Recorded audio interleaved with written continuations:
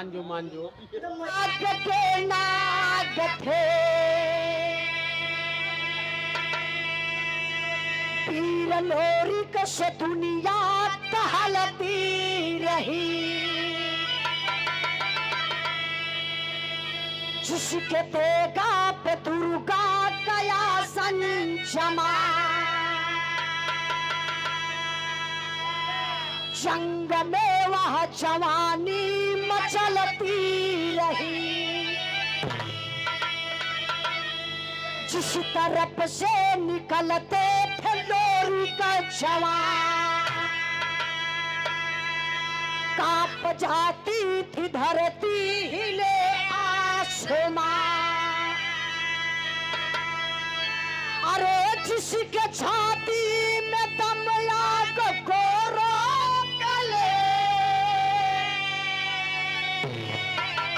मौत को मात देता रहा कारवां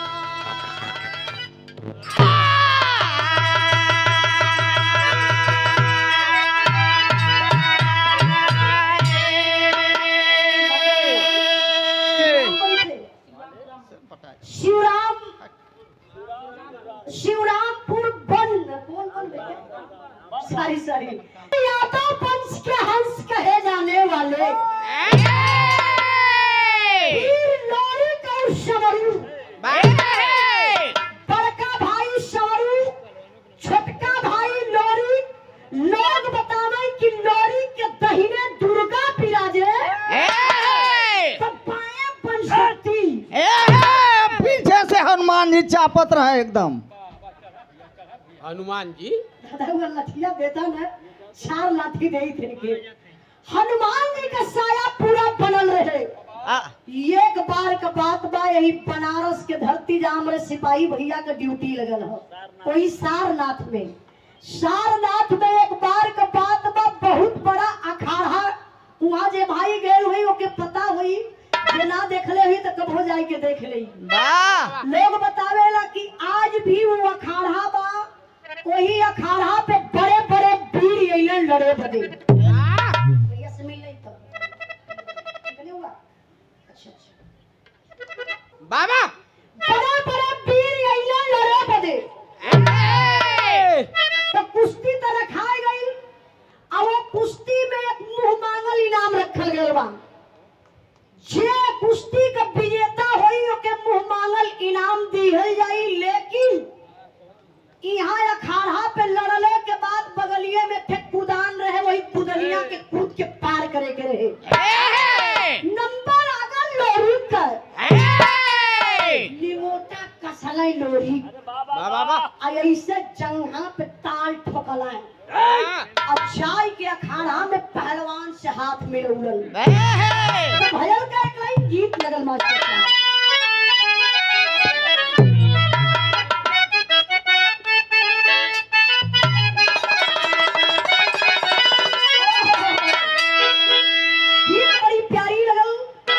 माई बहन आप लोग बैठल हो हमार बतिया फरियाद के ना समझ में होती है ना अच्छा पहली बार आप लोग एक बार खाले सुन लालू और हाथ उठा डालू देखी ये गीत हमारे बिरहा में लगल बा हमारे माई बहन लोग बड़े प्रेम से गांव में गावेली और जब आप लोग गावेलू तो साज बाज ना रहेला लेकिन सुनवैयन के लगेला ना कि मुहे में रसगुल्ला का रस टपकत है इतना बढ़िया बिना साज बाज कमर माई बहन लोग गावेली कान के बड़ा सुकून मिलेला कैसे गावेली मास्टर साहब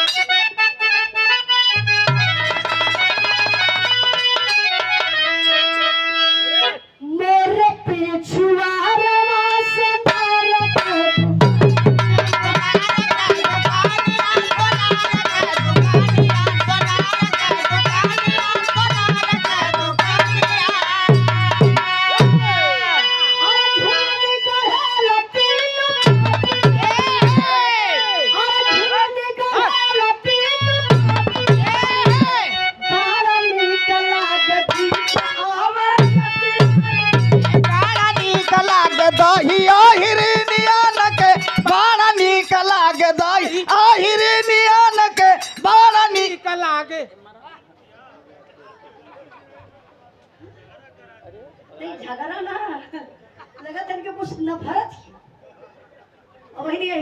बारे में जल रहे का अगर अहिर गुस्सियाई के घर में आए के चंदू चाचा अब मार दे भैंसी के एक के हुई डायरेक्ट दूध देवे लगी।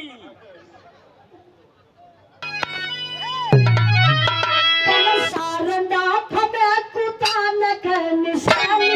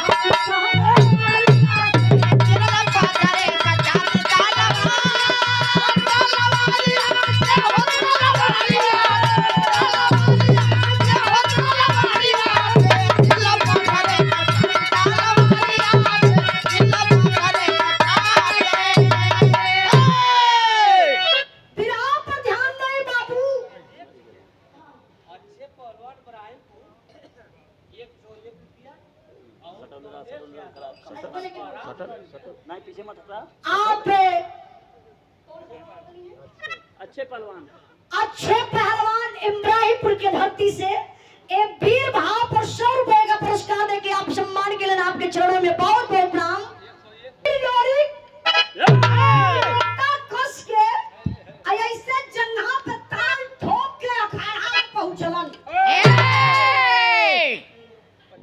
क्या बात है। जो 15 मिनट के कुश्ती रहा के 5 मिनट में फाइनल मार रहलन।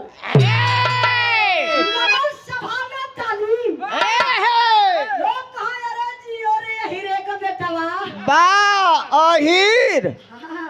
अरे ये तो बड़ी पाक आप अरे गलत बोला तो मरेबा।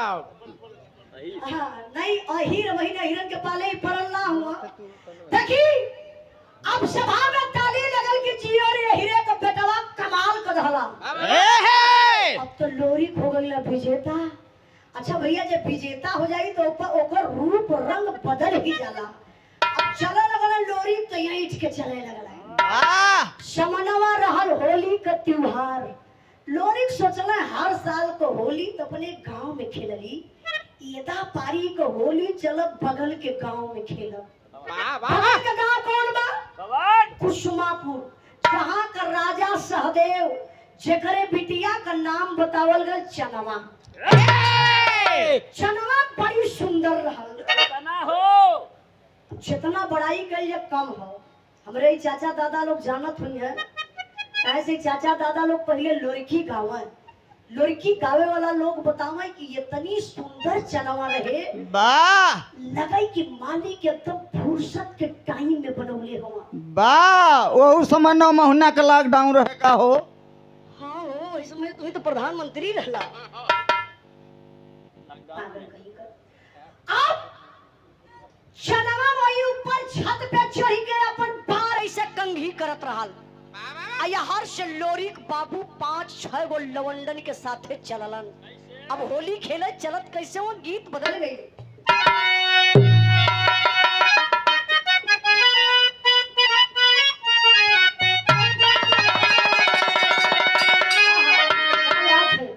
बिरहा में तर्ज बड़ी प्यारी लगल। बारे स्वर्गीय रामदेव गुरु का कोई बिरहा गाई जोन बिरहा गाय के जोन बगिया लगाई के रामदेव गुरु चल गईलन।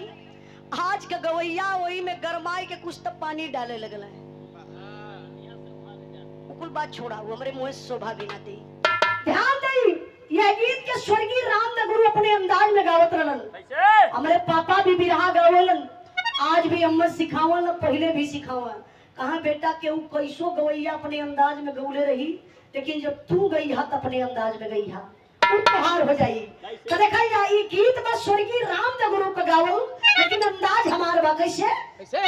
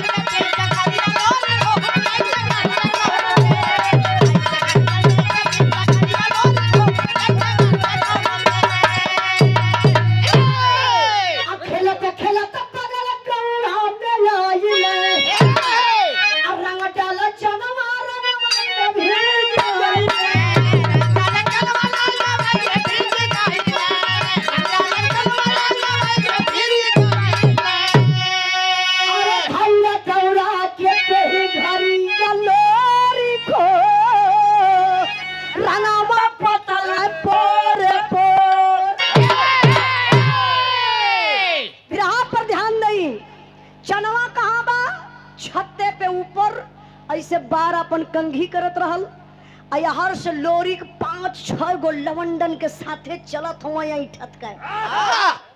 सबने चनवा का नजरिया लोरी के ऊपर आ पहुंचल। अब चनवा के हाथ में जब कंघी बा उ नीचे गिर गई। चनवा देखत बा, कहत बा कि हाय राम, ई 5-6 गो मरद हवा, एम्मा एगो ई मरद बा। कि जोगी बाबा फाड़ है, जोगी बाबा का जिभिया का ऑपरेशन भला का। चनवा ये लिए सोचा लगल, हम बताइला कि पहले के मर्दन में आज के मर्दन में बड़ा अंतर बा।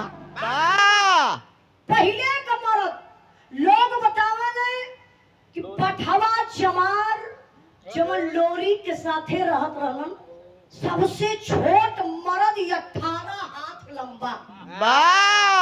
अच्छा एक बात बताओ, जो सबसे छोट मर्द 18 हाथ लंबा, तो लोरी कितना लंबा रहा? 18 दूनी 36 हाथ। नहीं वो समय ये मास्टर रहल है, ये कमवे करत रहल है। देखी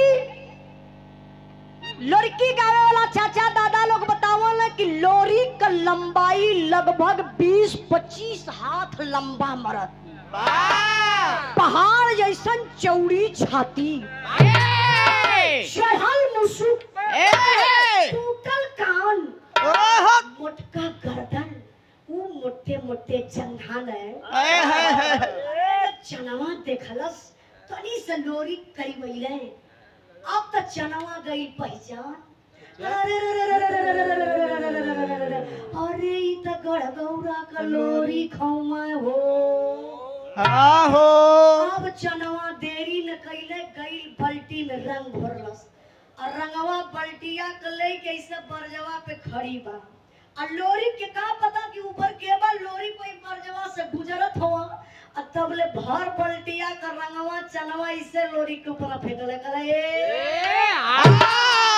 लोरी को अरे ये ललका रंग कहाँ से गिर रहा है? देखा हो, यो तो इंजीनियर हो गया। हाँ, कोनो कलर ना रहा, मास्टर हूँ। अब लोरी 3-4 कदम पीछे हट गई है। काले साला रंग आया रंग आया किधर से? तब ने लोरी का निगहिया ये बाबू ऐसा छता पे गई। लोरी का मुहवा पवाई गयल। एक टक निहारे लगने कहने अरे बाप रे बप्पा ई तो मैक्सी पहले है। अरे तब अरे इतना तो है देखत रहा उस समय। लोरी लोरी कैसा नीचे से देखा मैं कहने बाप रे बप्पा इतनी सुंदर हाई चाँद छता पे उतरल हो। तबने लोरी के नीचे में से कहले रंगवा फेंकलू हो ना। हाँ तू बचबू ना। के अरे वही चनवा का। चनवा के अंगुरिया हरियन कैसे कैले हुआ? अरे भाई तो अपना ना हुआ। देखी लोरी के नीचे में से कहले रंगवा फेंकलू हो ना बचबू ना। बेहरारू का जात चनवा लगन न चढ़ाई। ये सड़िया उठा के करत ऐसे लोरिक समझ ही गई है। हाँ कि यहू का मनमा हो। के कर अरे लोरी का कौन मनवा हो? होली खेल का। नहीं बढ़िया बोलना। लोरिक समझ गया कि ये हु का मनवा हाँ इहो होलिया खेली। तब ने भैया लोरिक चनवा के दौड़ाए लगल। अब वही छत पे 3-4 फेरा चनवा कैलस मेहरारू का जात ना। चनवा बेचारी लगल हकर हकर हाफे मारे डरन जाए के चनवा वही छता के कोनवा हाँ मुर्गियन में ही दबक के बैठ गई। ऐसे पटुर के बैठ गई। तब ले लोरी का कैले दौड़ के पीछवा से ऐसे पकड़त हो कहला अब पकड़ के हाँ कसा शुरू कैल। एक मिनट का कसत रहे मारा हो एक जापड़। अरे रंगवा कसिए और का भाई। बोल आओ बतिया कबो मार खाइए का तो कसत रहा। अरे पागल होके का होलिया खेले पहुंच गई ले। जात हो जैसे ननद भौजाई का होली देवर भौजाई का होली होला ना ऐसे अकवरिया में कसल जाला। पटकी पटका ऐसे पकड़ के लोरी हाथवा में रंगवा लगना रगड़े और रगड़त रगड़त रगड़त रगड़त रगड़त रगड़त रगड़त रगड़त रगड़त रगड़त। मान जो तो मरिया को चमड़वा छोड़ा दी नहीं भी रस्म हो गई है। लोरी कैसे अपने हाथवा में रंगवा रगड़ल है और रगड़ के भैया जब चनवा के गलवा पर लगौले न हो। हाँ तो रोवा पान पान पान कर लगल। देखा ये एम्बुलेंस न बुलाओ मुझे हॉस्पिटले चल जाइए। अब लोरी जब चनवा के रंगवा लगौले हो भैया कहा जाला कि प्यार कईल न जाला प्यार हो जाला। लोरी तकले चनवा की ओर और चनवा तकलस लोरी के तरफ। वाह लोरी चनवा का नैन लड़ी गई। वाह मतलब दुल्हन का आँख फूट गई। आँख लड़ले से फूटेगी। अरे काहे ना देखलू है बाबा तो 2 ट्रक लड़के फाट गल है। आप समझ गए होगा कि इनके पास कितना दिमाग हो। क्षमा करिए भैया हम समझ गए। आँख लड़ले का मतलब समझे तो लोग ना का वाला आँख लड़ले एक छोट का लड़का कहता हाँ A-double-P यानी एप्पल माने लड़का चला पढ़ा लिखा हो चलो को बात ना तो अब लोरिक चनवा में प्यार हो गल। और जब लोरिक चनवा में प्यार हो गल बाबू तो मिलन बड़ा मुश्किल भयल। लोरिक दिमाग लगौलन यहाँ चनवा का गांव यहाँ लोरिक का गांव वही पिचवा में फिर नदी बहेले। वही नदिया पे लोग बतावल कि पीपरे का पेड़ जवन आज भी उपस्थित बा बड़ा पुरान पेड़ बा। लोरिक निशान बनौलन वही पीपरे के पेड़े के लोरिक कहला चनवा से जब तोहर मन करी मिले बदे हाँ तेही पीपरे के पेड़े तर अइहा। हाँ 7 बजे यहाँ और एक ठे बोरा एक ठे मोटी लेके यहाँ ई का हुई। रात भर मच्छर ना लगे। अच्छा वो समय मोटीन चलत रहल। लोरिक बोलाय के बाबू वही पिपरे के पेड़े तरे अपन हाल चाल कैले, लेकिन धीरे धीरे समय बीतल। अब लोरिक चनवा का प्यार चरम सीमा पर चढ़ल बा, तबले तो गजब हो गए। अच्छा गजब का भेल, बिरहा में तर्ज बदल गई मास्टर।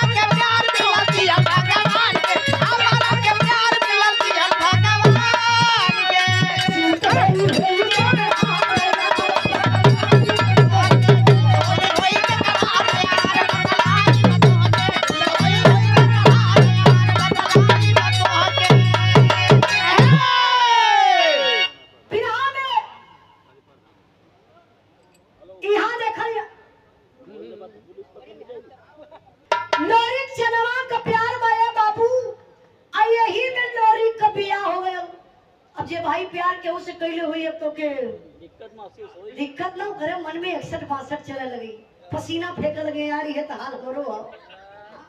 एक दिन बिरहावा ये गाओ तनी सुरेंद्र भैया, एक लड़का बेचारा आई के लगल हमसे माफी मांगे, कहा दीदी बिरहावा मत गावा। कहली काहे? कहा तो दीदी हम एक लड़की से प्यार कर ले, मैंने मन लगे नहीं बियाह में वाह बड़ी तकलीफ होती है। हम कहली काहे? कहा तो दीदी तकलीफ होती है, मैं घरवा में भागा तनिको करो के शक होए तो भी नहीं भाग जाई। तो देखा जे प्यार कर ले के बुझाई। अब ई का कइलन? लोरिक तो प्यार करवा चनवा से, आ लोरिक का बियाह मजबूरी हो गल। मजबूरी का है बने भयन तनी आप लोग दिमाग लेके चला, अब यहाँ से बलिया से दिमाग लेके चला सोनभद्र जिला। सोनभद्र का रहने वाला एक राजा जिसका नाम बताया गया बाबू राजा मुलागी। इतना बड़ा वो अय्यासी राजा था। आसाराम का साधु रहे का सरवा? बहुत बड़ा अय्यासी था वो राजा। जानते हैं किसी भी कास्ट की बहन बेटी पैदा होती थी, उस समय राजतंत्र था। आज तो लोकतंत्र है। कोई अगर नेता मंत्री आपके सामने अगर गलत काम करता है तो 5 साल के बाद आप लोग एकता संगठन बना करके उसको नीचे उठाकर बैठा देंगे। लेकिन राजतंत्र का मतलब राजा का बेटा ही राजा बनी।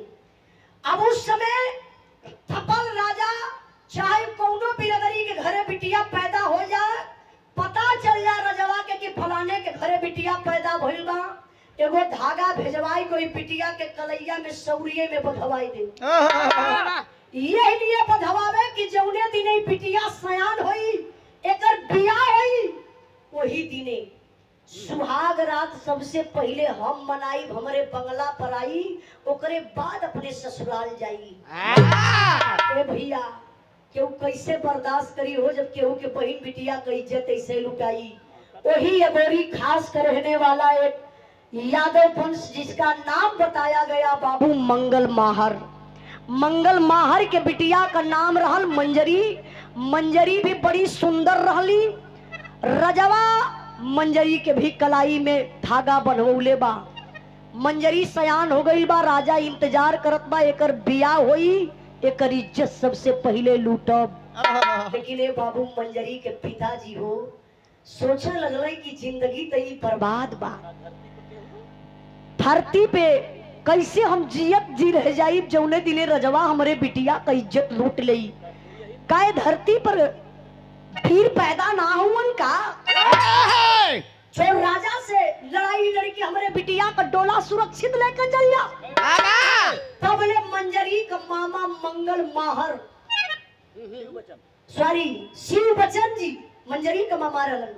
कहले कहो हम सुनत हिला के एगो लड़का ह बलिया गढ़गौरा गांव के बहुत बड़ा पहलवान बा, बड़े बड़े पीरन का छक्का छोड़ा देला।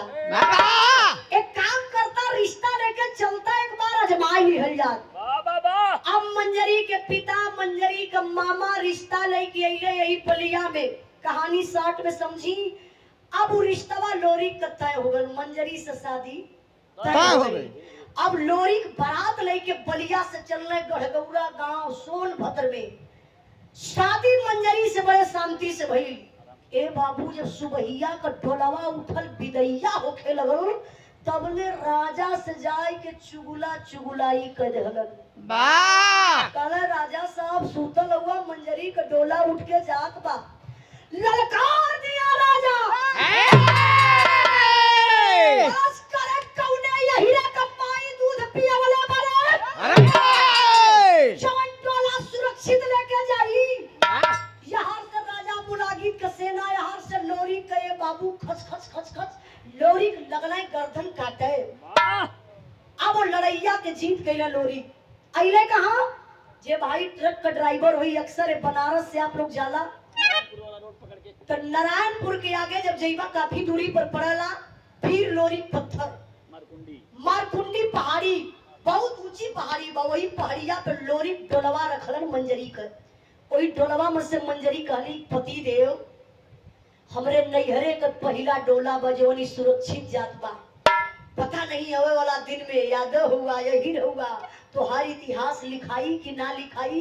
एक काम करा, देखा कोनो छत्री का इतिहास रहत, ब्राह्मण का इतिहास रहत, ऊंची जात का इतिहास रहत तो तुरंत लिखा जात।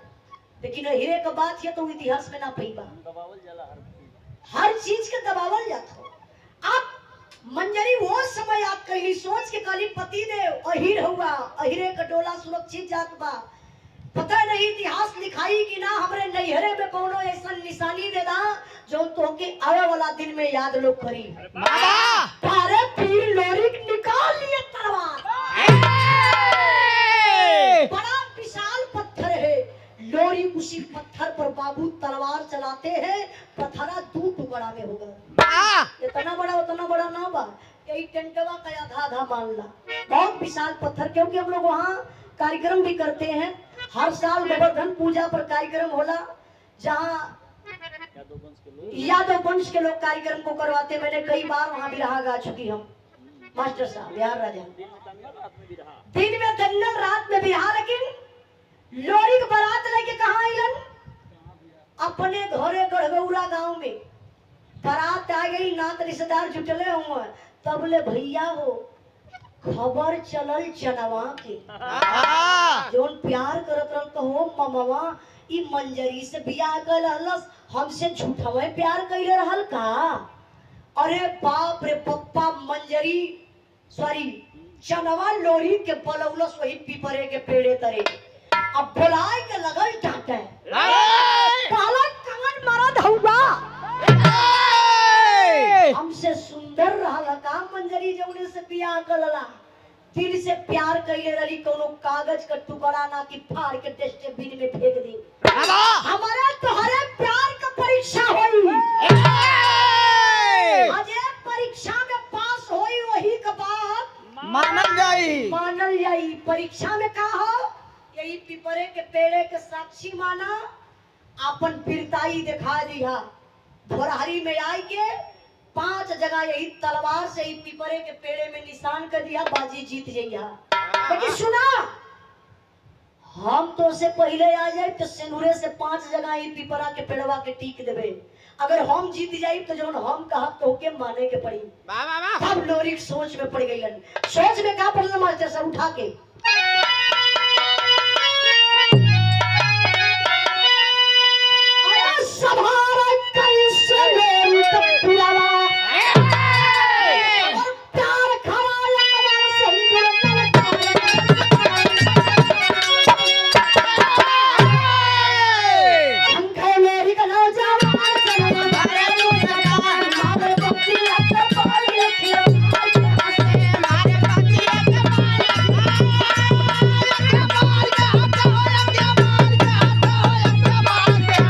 मारे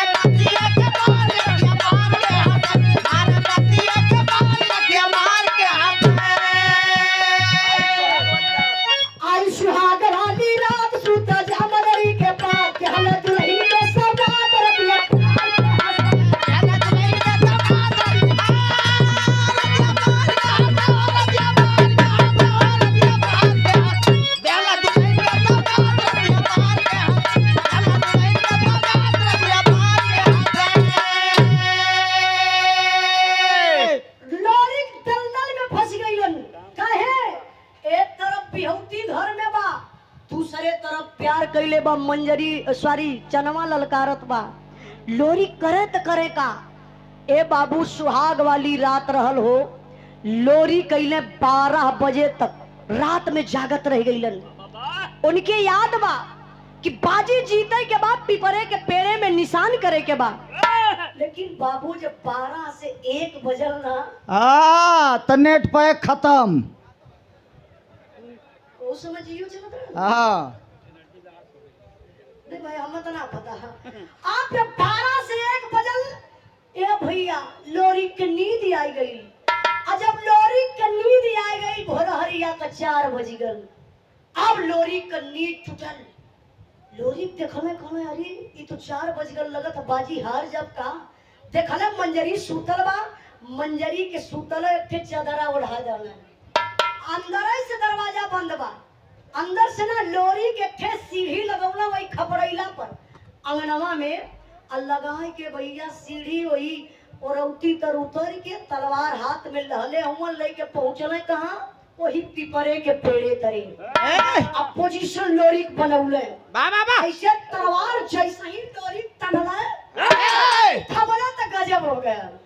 अच्छा गजब का भेल जो पिपरा का मोटका पेड़वा है ना वही पेड़वा के यहाँ चिपक के ऐसे चनवा खड़ी रहल। वाह अब पीछे से मच्छर खजुआवत रहन। हां ई त गला बेना डोलावे। चनवा ऐसे चुपचाप खड़ी बा। अब तब ले भैया लोरी पोजीशन ऐसे बनावत हो जाए के पीछवा से चनवा लोरी का कलाई पकड़ ले अब लोरी सन चनवा कले कहाँ जात हुआ तू तो सुहाग रात न मनौला है। सुना हमार बात बड़ी ऊंची बात चनवा कहलस बाबू। का कहलस मास्टर साहब?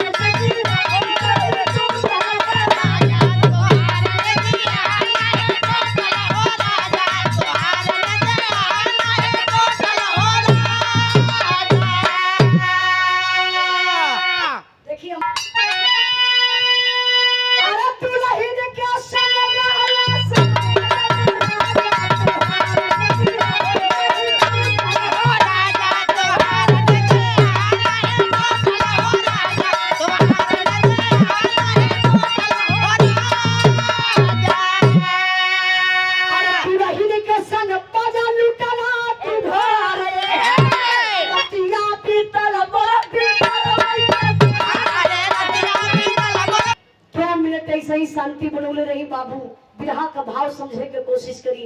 अब देखी चनवा लोरी के कलाई ऐसे पकड़ले बा।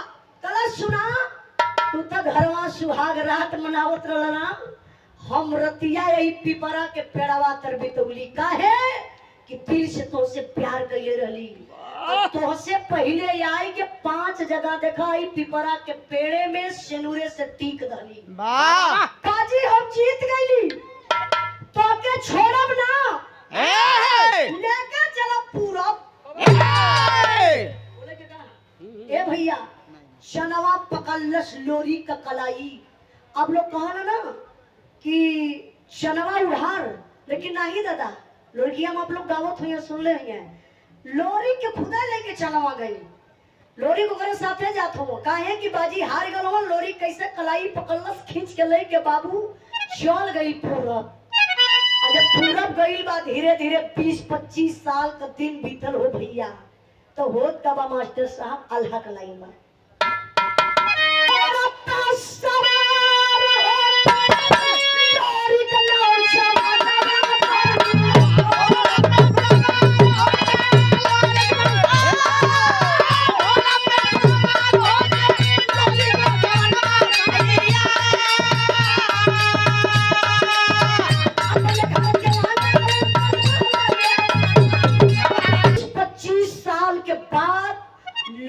याद आयल अपने दुल्हन मंजरी कहे कहने मंजरी से चलो मिले जरूर। ए बाबू मंजरी से जब लोरी मिले चल तो जानत हो कैसे चलन? कैसे? उड़न घोड़ा से। ए, पहले लोग बतावे कि घोड़न के पंख लगल रहे, वाह अब वह काट के हेलीकॉप्टर में लगा गल है। हेलीकॉप्टर में। हाँ हेलीकॉप्टर। अच्छा भाई हेलीकॉप्टर में।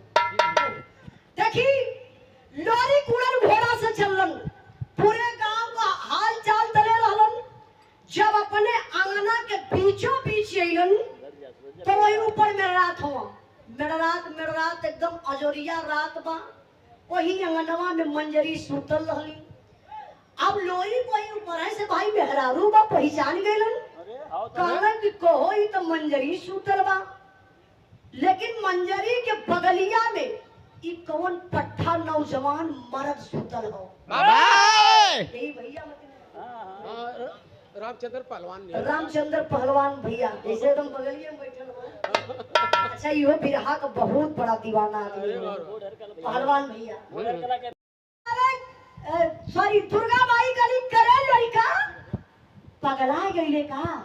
लोरी कर माई पगला ना इला तनी हौ देखा मंजरी के। लोरी कहले ए मंजरी दुर्गा माई कली करे लड़का ई तो मंजरी बन रे, मंजरी सूतर बन रे। लोरी कहले हे माई मंजरी के पहचानत हो, मंजरी के बगलिया में कौन पट्ठा पहलवान सुतल हो, ओके ना पहचान लू का। दुर्गा माई कहली ओ लोरी खरे लोरी त नदानी कैले रे, त जाथे तलवार से गर्दन काटे। हमार दूगो सवाल का जवाब दे दे, करे बात त गर्दन काट दे। तो लोरी सिनेमा ठोकत हो कहले माई दूगो सवाल ना 10 गो सवाल करा, 10 का जवाब दे। लेकिन पहले अब गर्दनिया काट लेवा तो बर्दाश्त ना हो तो मंजरी के लेके सुतल बा। तब आदि शक्ति दुर्गा मतारी बतावत है कि मंजरी कौने मर्द के साथे सुतल रहल। बिरहा का आखिरी पॉइंट बा मास्टर।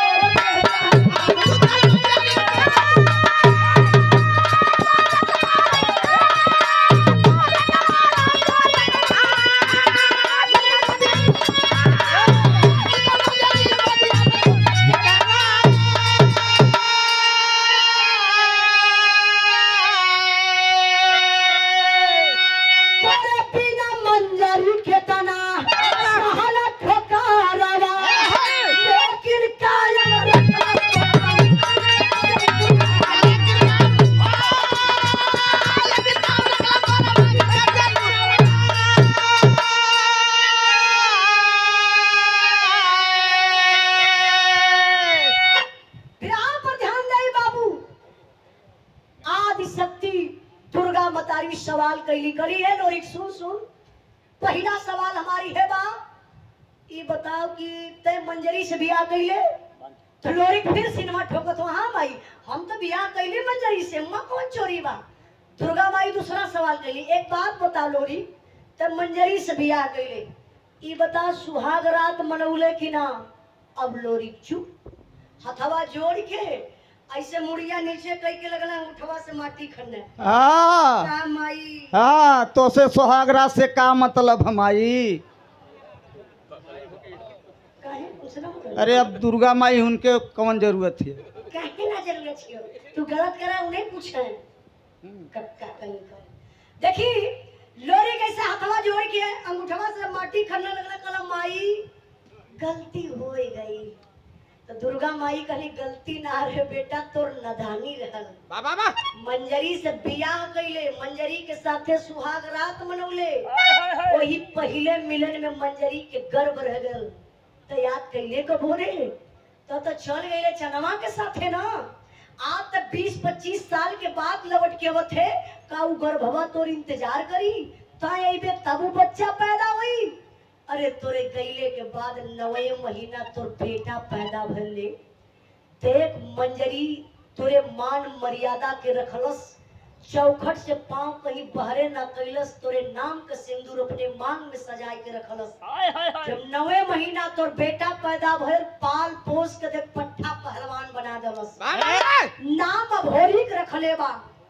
वो अपने माई के बगल में तोर बेटवा अभोरी सुतल बा। और ये जब लोरी सुनल कि हमार बेटवा अभोरी इतना बड़ा, अरे भाई 20-25 साल माने होला ना, 20 साल 25 साल का लड़का एकदम नौजवान सयान हो जाई। और वो अलग से दूध दही खैले हीरे का बेटवा चमका ना लगी भैया। अब लोरी का एकदम शरीर गड़गड़ाई गई। इतना बड़ा पहलवान लगल कापत हुआ कहना माई आज बहुत बड़ी गलती से बचाए रहलो माई। अगर आज अपने जन्मले के अपने हाथे अगर आज मार दले हुई माई तो हम समाज ही कहत का हम कहवा मुंह दिखाई तो माई क्षमा कदा। दुर्गा माई करी तो के क्षमा करब को। हाँ जब दोनों मिलिन के रखबे तब। जज साहब वो समय भला रहना ना। हाँ जज हुए वर्तमान समय के जज हुए जहाँ के उनके भैया ऐसा दिक्कत होले ना ते नहीं के लोग बुलावे। हाँ नौगढ़ जंगल से आल हम। देखी तो दुर्गा माई करी लोरी तो के क्षमा करब कब जब मंजरी के अपना लेबे तब। खुशी खुशी से लोरी मंजरी के अपनौलन तो हमार बिरहा गौले का मतलब है बाबू आपन अपने होले। आज तो देखत हुआ एक दूसरे के झूठा प्यार में, झूठा प्यार के चक्कर में मर्द मेहरारू के मार देता, मेहरारू मर्दे के मार देता। जो उनकी समाज में ऐसा होखे के ना चाहिए। अपने ही पर ध्यान दे, अपने ही पर जिया, अपने ही पर मरा लोग। बहुत बहुत आप लोगों के धन्यवाद। लेकिन बिरहा का आखिरी लाइन आखिरी भाव कहना बा मास्टर साहब।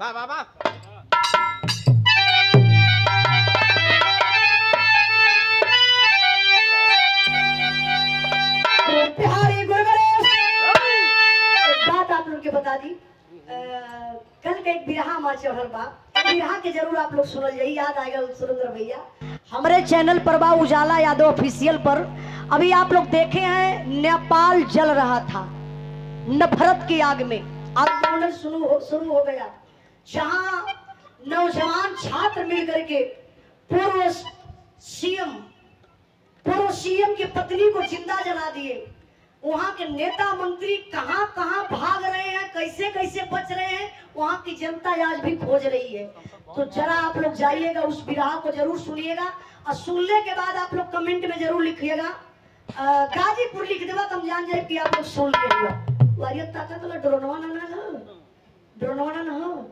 अच्छा हम कहीं ड्रोनवा अच्छा ऐसे लखावत हो। अगर ड्रोन की आड़ में बड़ा चोरी होता, आप लोगों से भी कहा भैया कि ड्रोन की आड़ में अफवाह से आप लोग बची। ड्रोन कही के हल्ला करे तो ड्रोन उड़ा था तो गाँव हाथ जुटल आज चोरी हो गई। कहीं दूसरी जगह का ना एक जने का भाई छोड़ाई गई। हमारे गांव के बगल में एक जने का भाई छोड़ाई गई। कहना कुल ड्रोन वाला देखा चोर आ गया, पूरा गाँव लाठी डंडा लेके दौड़ा था ड्रोन हो रही।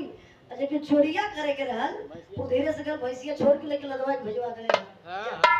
ड्रोन की अफवाह से भी आप लोग बची। बिरहा का आखिरी पॉइंट बा आई माता जी से मिल गई तब ओकरे बाद इहो